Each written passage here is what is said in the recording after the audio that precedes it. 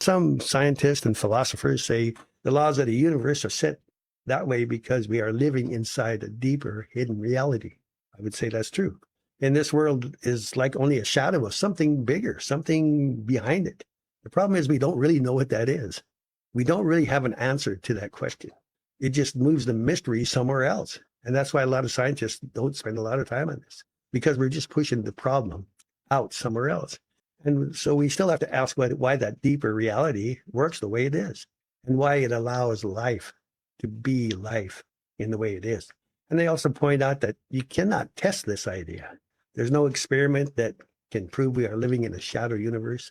Maybe artificial intelligence is bringing up new ideas now where they can look into these things, and that's a possibility.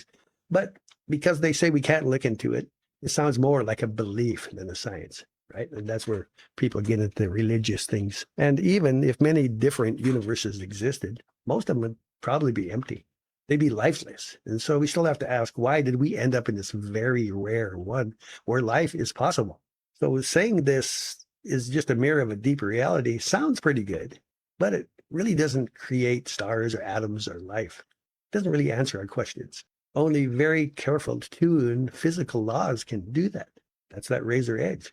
So the big question stays the same. Why is everything set up just right for life instead of wrong? It reminds me of Colossians chapter 1 and verse 17 says, and he, talking about Jesus Christ, he is before all things, and by him all things consist. Hebrews 1 and 3 tells us he's the brightness of the glory of God Father, an express image of his person, and upholding all things by the word of his power. This is what holds this universe together, and it is part of a higher universe, a higher plane of reality than the one that we are living in. So this invites a different way of thinking, don't you think? And what deeper reality is, it's not just matter, energy, but it's heaven itself. We can pinpoint this other world. It's a perfect world. It's made by God.